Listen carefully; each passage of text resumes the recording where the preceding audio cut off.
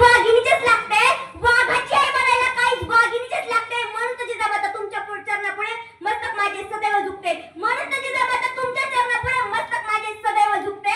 माझे नाव संस्कृती अप्पा पवार. मी आता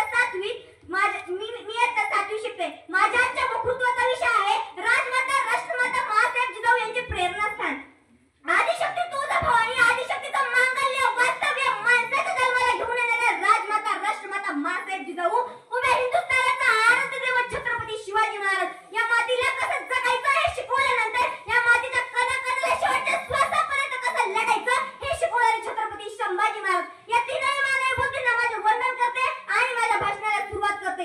जिने घडविले स्वराज्याचा विधाता, जिने घडविले स्वराज्याचा विधाता, धन्य त्या जिजामाता, धन्य ते स्वराज्य. जिजाऊचा जन्म 12 जानेवारी 1598 रोजी बुलढाणा जिल्ह्यातील सिंदखेड येथे झाला. जिजाऊंच्या आईचे नाव म्हाळसाहेब व वडिलांचे नाव लखुजी जाधव असे होते. जिजाऊंना तलवार दांडपट्टा चालवण्यास पटाई होता. जिजाऊंना लहानपणापासूनच राजनीती व युद्धनीतीचे शिक्षण होते.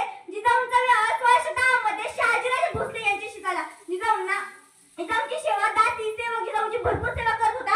एका दिवशी एका दासीने जिजाऊंना विचारले, सांगा राणी सरकार, तुम्हाला काय खावंसं वाटतं? तुम्हाला कशाचे डोळे लागले आहेत? तेव्हा जिजाऊ म्हणतात, मला भरभरून रफेट मारायला वाटते, तलवार दांडपट्टा चालवावं वाटतं, वाघावर बसून मोगली सत्ताचा खटपा करावा वाटतं. मग मला सांगा, अशा मातेच्या पोटी कोण जन्माला येणार? अखंड हिंदुस्थानाचा आराध्य दैवत छत्रपती शिवाजी महाराजांना या वाघिणीने जन्म दिला. म्हणूनच महाराष्ट्राच्या प्रत्येक भगिनीला सांगते, शिवचरित्र हे वाचायला हवे तरच आपल्या पोटी कर्तृत्ववान पुत्र जन्माला येईल.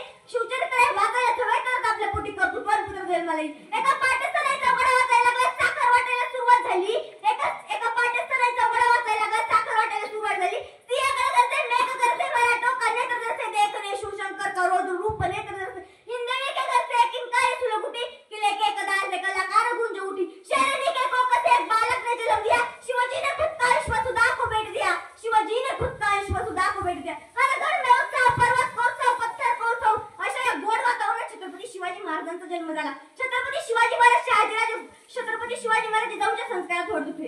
तेव्हा शहाजीराजे कर्नाटकच्या स्वारीवर निघाले होते. तेव्हा शहाजीराजांनी जिजाऊंना व शिवरायांना पुण्याचा जागीरचा कारभार पाहण्यासाठी लाल महालात पाठवले. तेव्हा जिजाऊ व शिवराय पुण्यात गेल्या. पण पुण्यात होता कारण मोगलीचं त्यांनी पुण्यात बेचिराग करून टाकलं होतं.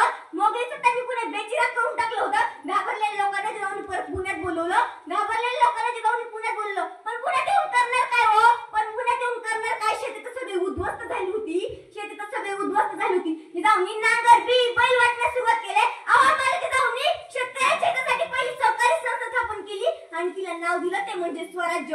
म्हणूनच म्हणते, दिल्लीच्या छाताडावर अभिमानाने डोळे भगवा, दिल्लीच्या छाताडावर अभिमानाने डोळे भगवा. राज निर्मिले रयतेचे पण महाराष्ट्र धर्म जगवा, राज निर्मिले रयतेचे पण महाराष्ट्र धर्म जगवा. मित्रांनो, शेतकऱ्यांनी शेती पिकवली, पिकं पण छान आली. पिकं पण छान आली. पण रानटी प्राण्यांचा त्रास काही कमी होत नव्हता. गावागावात दौडी दिली गेली की जो कोणी रानटी प्राणी मारेल आणि शेपूट दाखवेल त्याला सोन्याचं कड भेट दिलं जाईल. जो कोणी रानटी प्राणी मारेल आणि त्याला सोन्याचं कड भेट दिलं जाईल. अशा एका मध्यरात्री तर कसं झालं, एका तरण्या बाणपोराने लांडगा मारून खड्डा घेऊन आला. जाऊ त्याला म्हणाले, अरे मी फक्त तुला शेपूट दाखवायला सांगितलेलं, तू शेपूट दाखवला तर तरी पण मी तुला सोन्याचं कड दिलं असं. तेव्हा ते पोरगं चाटदेशी नव्हतं देतात, आहो साहेब, मी हा लांडगा सोन्याचं कड मिळावं म्हणून नाही आणला, तर मी हा लांडगा माझ्या पाठीवर कौतुकाची थाप मिळावी म्हणून मी हा लांडगा आणला. माझ्या शेतकऱ्याचं मन खूप दिलदार आहे हो. कधी बाजारात जा, व्यापाऱ्याकडून भाजीपाला घ्या, 400 बाजूला वर टाकणार आहे. पण माझ्या शेतकऱ्याकडून भाजीपाला घ्या, जमिनीला माप चिटकेपर्यंत.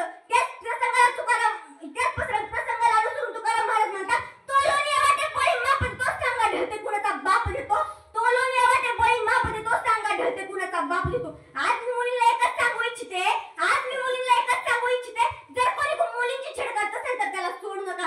आणि आई आणि मुलासमोर जर कोणी छेड करत असेल तर त्या माईने सांगायला पाहिजे, जा त्या रानडुकराचे डोके फोडून ये. त्याला मारता माझी लेक कुर्बान झाली तरीही चालेल. आजच्या जिजाऊच्या मुलीला जिजाऊसाठी तलवार हातात घ्यायची गरज नाही. पावशेर मिरची पावडर घ्या आणि डोळ्यात फेका. जर कोणी मुलींची छेड करत असेल त्याला सोडू नका. कारण की जिजाऊ मराठ्यांच्या मुलाच्या हाताने फुकडी घालता येते, त्याच हाताने गर्दनही मारता येते. एवढं बोलून मी माझे भाषण संपवते.